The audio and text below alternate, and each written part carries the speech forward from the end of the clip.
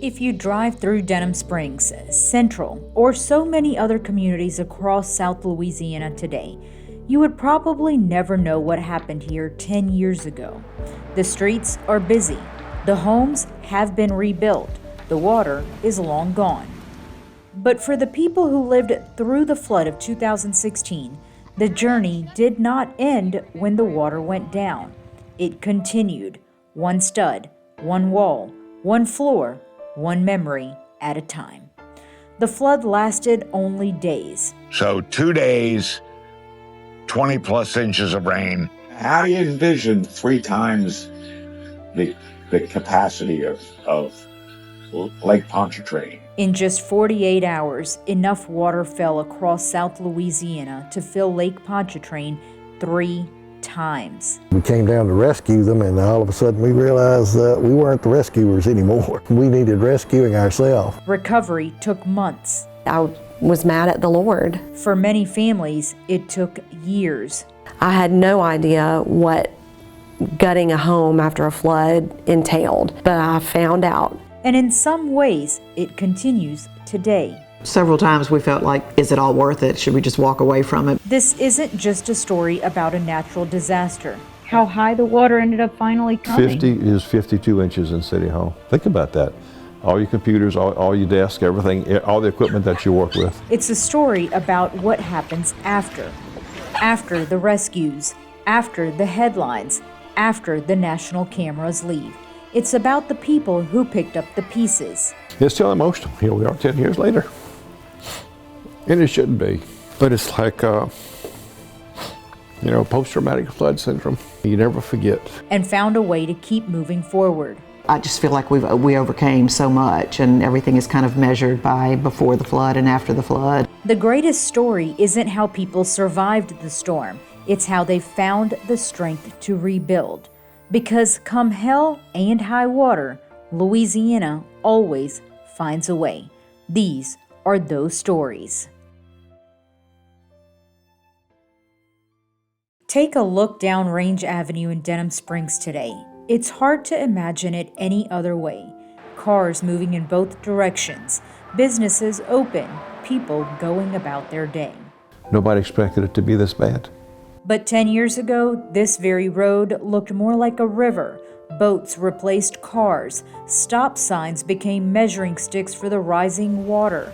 And across Denham Springs, people watched in disbelief as their city disappeared beneath the flood. We thought we were prepared, but we weren't prepared for that much water. I am Gerard Landry. I am the mayor of Denham Springs, Louisiana, otherwise known as Paradise on Earth. Gerard Landry had been mayor for just a year and a half when the August 2016 flood turned his city and much of Livingston Parish upside down. I've never had to go through nothing like the 16 flood, but never had experienced a flood before. And unfortunately, there's not a handbook when you walk into office on how do you handle a disaster. There was no hurricane barreling towards the Louisiana coast, no named storm to track.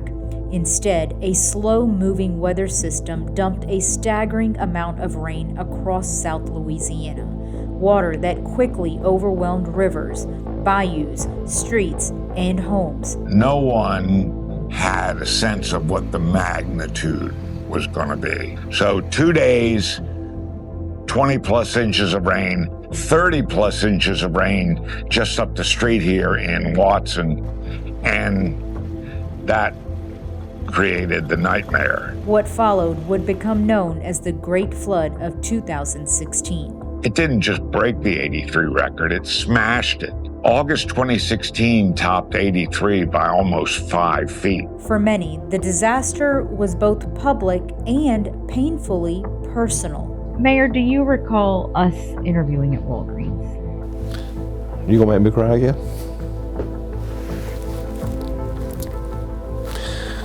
Yeah, you asked me if my house had flooded. And it brings back the feeling I had of, not being able to help my family. But, it's still emotional. Here we are 10 years later. And it shouldn't be.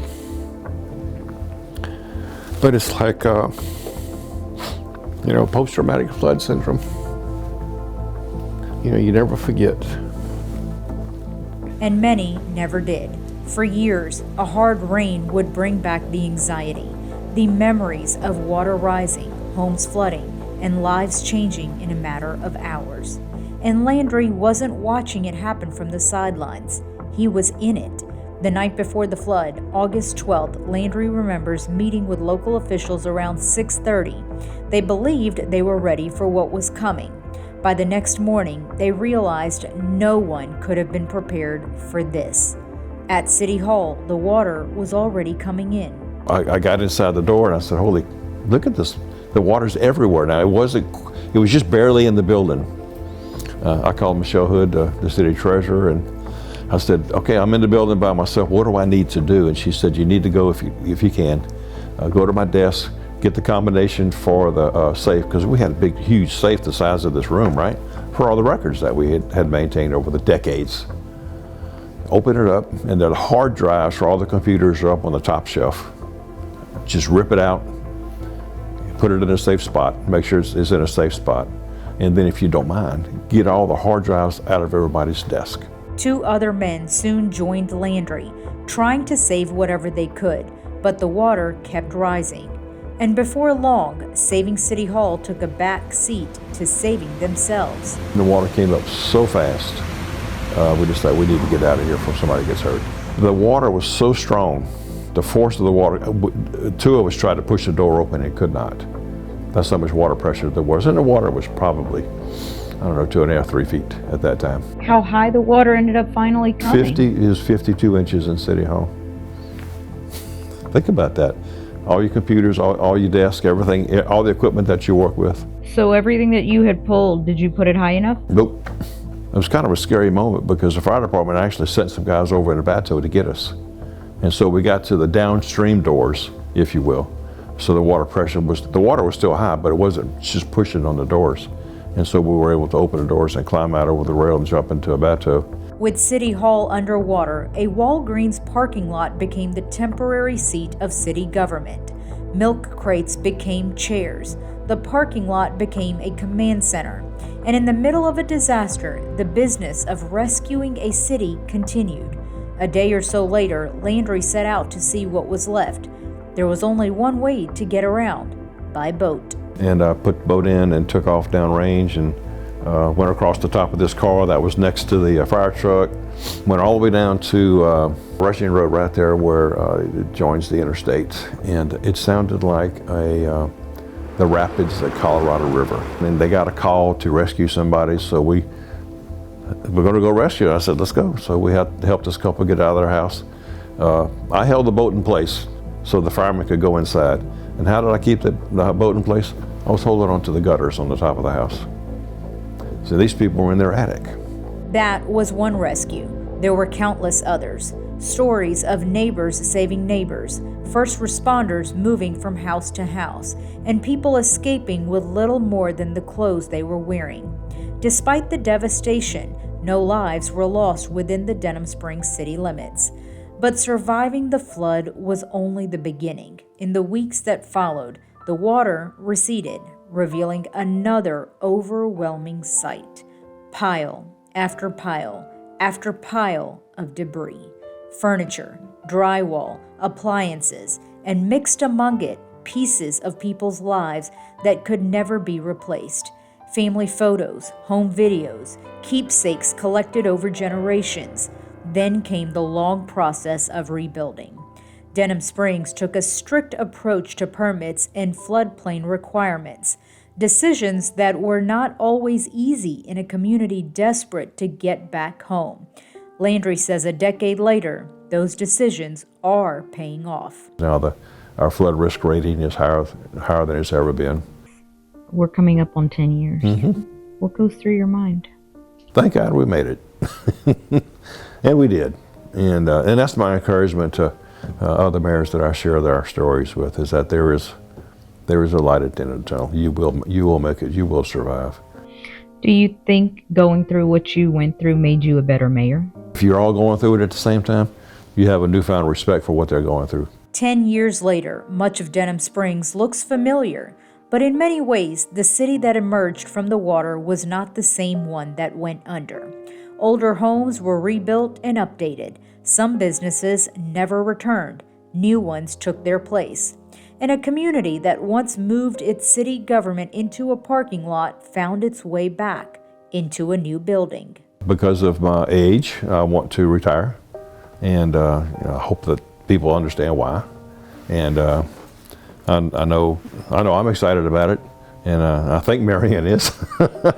But we're going to go and enjoy our kids, the kids and the grandkids and the great-grandbabies, and just do whatever the heck we feel like doing. 10 years ago, the water on Range Avenue was high enough for boats to pass over cars. Today, traffic moves here like it did before, a scene so ordinary you could easily miss what it represents. And for the people who lived through it, the flood may be a decade behind them, but it will always be a part of the story of this city.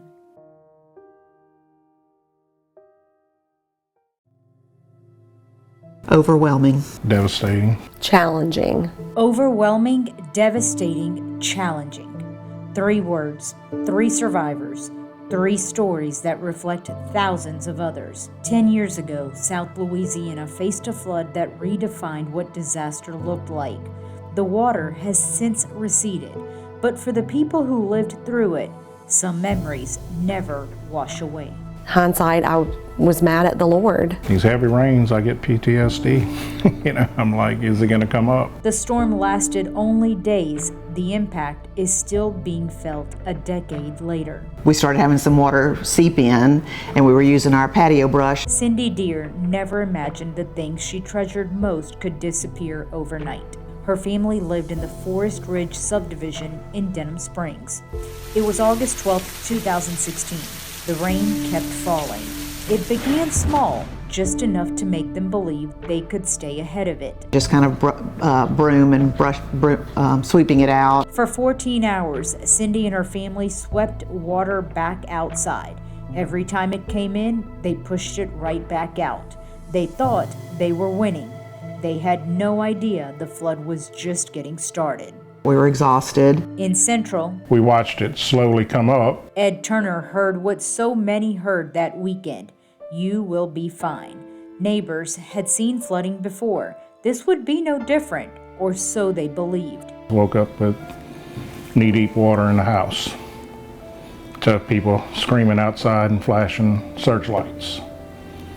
So, 'cause I didn't think it was going to flood. Miles away, Sunday morning, in the early morning hours, I got a text from my neighbor telling us that it was coming down the street. Janae Duckworth wasn't home. She had taken her family to Mississippi after school was canceled. It was supposed to be a short trip, a chance to celebrate family birthdays. Then her phone lit up. One text message. 4 words. The water was coming. We saw pictures of our home that had received 4 feet of water, and heard stories of our neighbors that had to be evacuated by helicopter. I had a lot of guilt about that, about not being home when it happened. Across the river in Central, Ed Turner was living his own nightmare. He had just purchased his home 8 months earlier. His mother had only recently moved in. Both would soon lose nearly everything. Both had to be rescued by boat. I just had to grab what I could because they were trying to had people in boats. We went around the neighborhood in a boat, picking up other people. This was after dark, and they brought us to Central Thruway, where we were evacuated from there to Florida Boulevard. For many, escape happened so fast. There wasn't time to think about what to save, only time to survive. It was pretty devastating. Eventually, the water began to fall. One by one, families returned. And there was like a layer of mud on the floor, but everything still looked the same, and it was kind of deceiving in that way. But what they returned to wasn't home anymore. I had no idea what gutting a home after a flood entailed, but I found out. Mud covered the floors. Walls were stained. The air smelled of mold. But what hurt the most wasn't what they could see. It was what they had lost. You take your whole life that's in your home and you put it on the side of the street for everybody to see, and that's hard. Several times we felt like, is it all worth it? Should we just walk away from it? But we couldn't. I mean, it was our house, and you know, it used to be our house. There was no walking away from it. For Cindy, one of the hardest things she lost wasn't her house. It was something that had been in her family for years, a simple wooden hope chest. My mother had a hope chest, and so I always knew that I wanted one. Inside were the memories that couldn't be replaced. Baby books, a wedding gown, her diploma, christening gowns passed from one generation to the next. The christening gown that we lost in it was a christening gown that both of my sisters and I wore, and then both of my daughters wore, and it was gone. The floodwaters eventually disappeared. The work had only just begun. Some families moved in with relatives, others lived in campers. Everyone was waiting for life to feel normal again, but normal would take months, for some, years. I'm still paying the SBA loan 10 years later. 10 years later, the flood is not just a memory. For some, it's still a monthly payment. The cost of rebuilding his home changed his financial future. Today, he carries flood insurance and a perspective he never wanted to learn. One of the worst part of it is trying to rebuild. I have flood insurance. I'll never rebuild. Could have never imagined it happening. For Cindy, time has passed. The emotions have not. Well, it's really hard to believe that it's been 10 years because it still feels so fresh in our minds. I just feel like we overcame so much, and everything is kind of measured by before the flood and after the flood. For Janae Duckworth, the flood tested something deeper than her home. It tested her faith. She admits she was angry at God, angry at what her family had lost.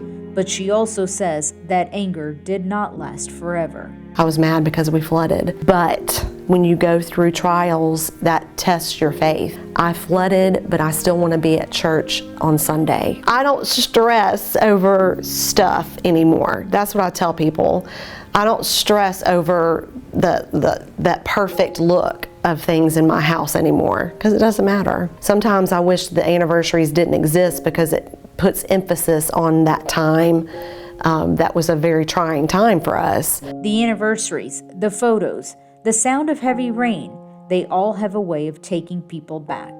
Not because they want to go there, but because trauma has a way of remembering. We're coming up on 10 years. Can you believe it? 10 years. No, I can't. And in fact, you can still see the footprint of the flood in the community. You've even got some neighborhoods that still haven't even been rebuilt. Leading up to it, if you remember those days leading up to it, what was this?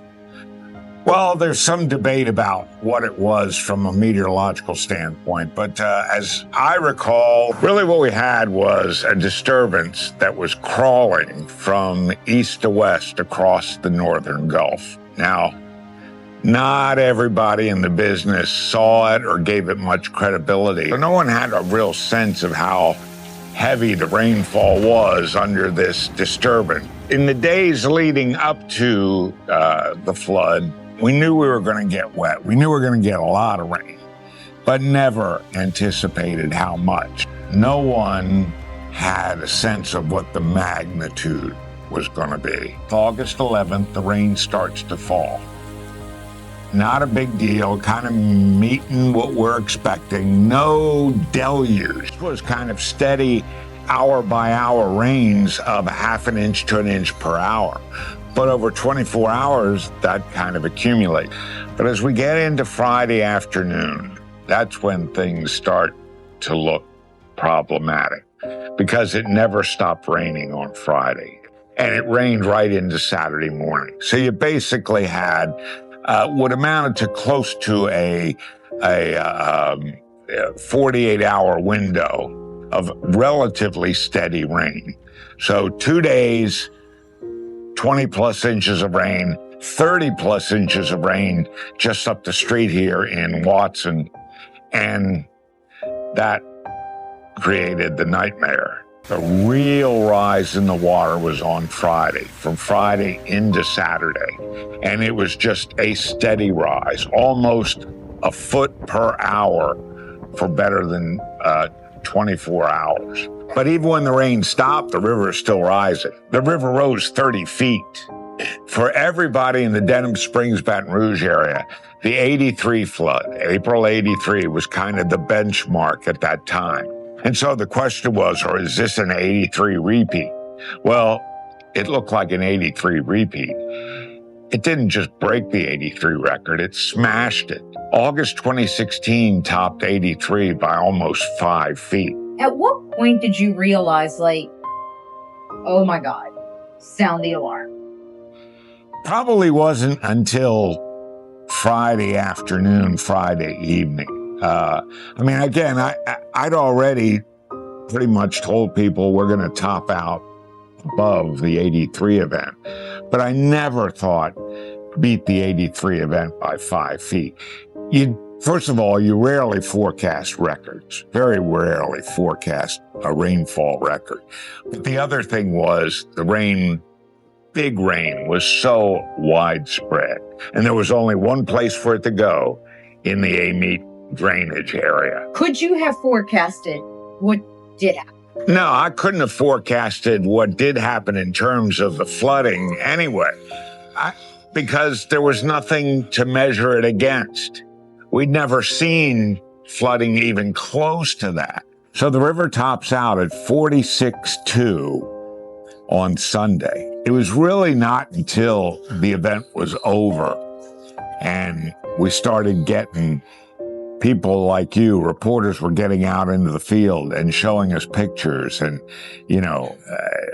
boats everywhere and the Cajun Navy. Did you ever just feel like, oh my God, this is a lot. This is a lot to take in. Oh, yeah, sure. I mean, as I got older, that really became more of the process. That, the weather aspect and reporting the weather, regardless of what event it was always obviously my job. And I tried to do it with as balanced an approach as I could.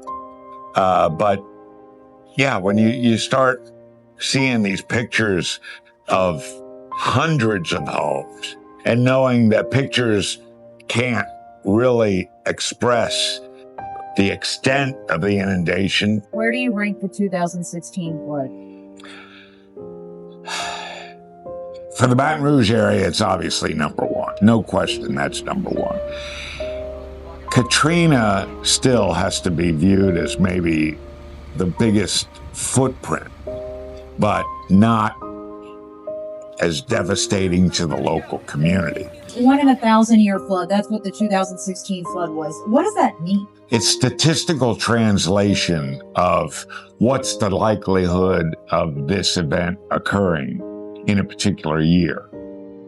It is not mean that if it happened last week, it can't happen for another 1,000 years.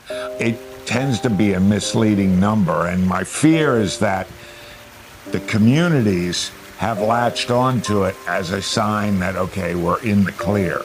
We need to be ready for the fact that another one of these events is likely to happen somewhere in South Louisiana. This is at least the third time we've seen numbers of this magnitude in South Louisiana in the last 60 years. I try and steer away from the term anniversary because anniversary is supposed to be, more often than not, it's a happy occasion. This is anything but a happy occasion. As I said, there are some homes that still haven't been rebuilt. There are some families that still haven't recovered. 60 years of memories, love, and life built inside a Denham Springs home, washed away by 5 feet of water in a matter of hours. The house had been in the Underwood family for more than a century and had never flooded. My grandparents had lived here since the early part of the 1900s. my parents since 1956. Randy Underwood lived in Mississippi when the flood hit in 2016. I had to decide what to do, but we knew we had to get my parents out. And 90 years old, failing health, and 5 feet of water in the house, so it was critical. Underwood, his daughter, and son-in-law rented a truck and drove to Denham Springs, making it just in time before the interstates closed. The three spent the night loading the truck with as many of his parents' belongings as they could. But before they could get out, the water cut them off. They were stuck. And then it was, where are you going to go where it's not going to flood? And that got very, very sticky. We came down to rescue them, and all of a sudden we realized that we weren't the rescuers anymore. we needed rescuing ourselves. The Underwoods were rescued in the middle of the night and taken to Hebron Baptist Church with dozens of others. But soon, water started rising there too. My dad didn't really like to fly. He wasn't very interested in getting on a helicopter. I think maybe he wanted to take a chance on swimming. But he was a Coast Guard veteran from World War II. And for some reason, one of the helicopters that came in after a while was a Coast Guard helicopter. And he pointed at that one and he said, "I'll get on that one." The family was evacuated to Celtic Studios in Baton Rouge, some 12 miles away. It would be several days before they could make it back to their family home. Driving in, it was just like a disaster scene that you would see in a movie. There were cars overturned and ditches and canals and people wandering around like they were in a daze. You could see water had just destroyed everything. Even today, Underwood can still spot the high water marks at his family's old house. That pin right there actually does mark where the water was, how high it got. So you can imagine what 7 feet of water, nasty, muddy river water does to the interior of a home.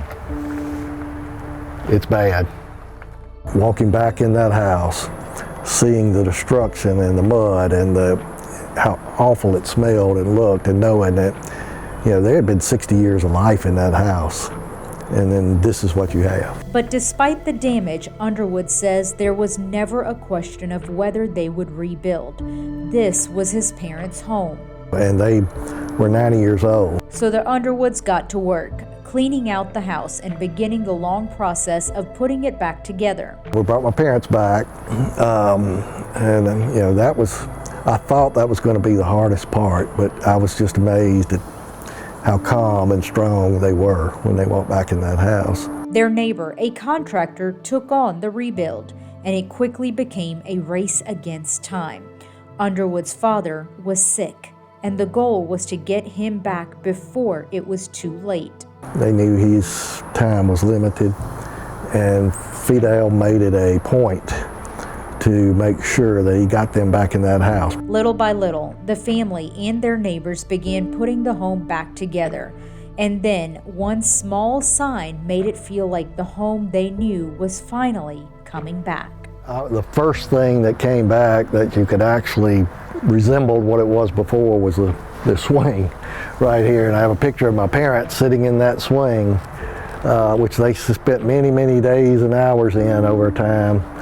And it was like when that happened, even though it was a small thing, it was that we're coming back. And come back they did, with the help of family, neighbors, and their contractor. Both of Underwood's parents made it back into their home. And he did it. 3 weeks before he died, they got back in their home, March of 2017. Underwood's father died just 3 weeks after returning home. His mother would live there another 3 years until her death in 2020. The family sold the house shortly after to neighbors, and they still keep in touch today. Now, nearly a decade after the flood, Underwood says some of his biggest lessons came from the two people he had gone there to help. There was a door to this cabinet, and when we were taking things out, trying to recover, we opened it.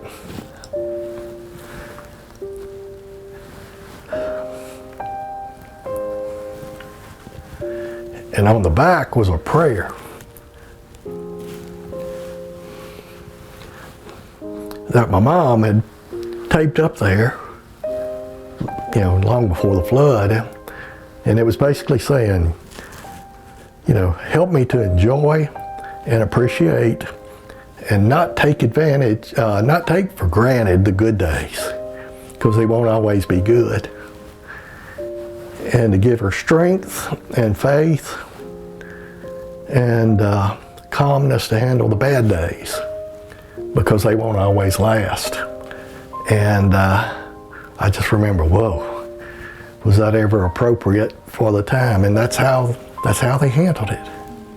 You know, you just learn so much going through a disaster like that. Most of it you hope you never use again, but I guess, you know, what I learned from it more than any of that was watching my 90-year-old parents navigate through this disaster. You know, I sort of thought I was coming down to be the strong one, you know, to help them. And it was the other way around. 10 years ago, the flood changed our community almost overnight. It changed homes, it changed neighborhoods, and for some families, it changed what home even meant. But a decade later, the high water marks only tell part of the story, because what happened after the water went down may say even more about who we are. Neighbors helped neighbors, families started over, businesses reopened, communities rebuilt, sometimes differently, sometimes stronger. And a decade later, life has moved forward. The flood is part of our history now, but it doesn't define our future. Because come hell and high water, Louisianians are resilient. And sometimes the greatest stories are not how people survived, it's how they rebuilt from it. From the entire Unfiltered with Karen team, we thank you for watching.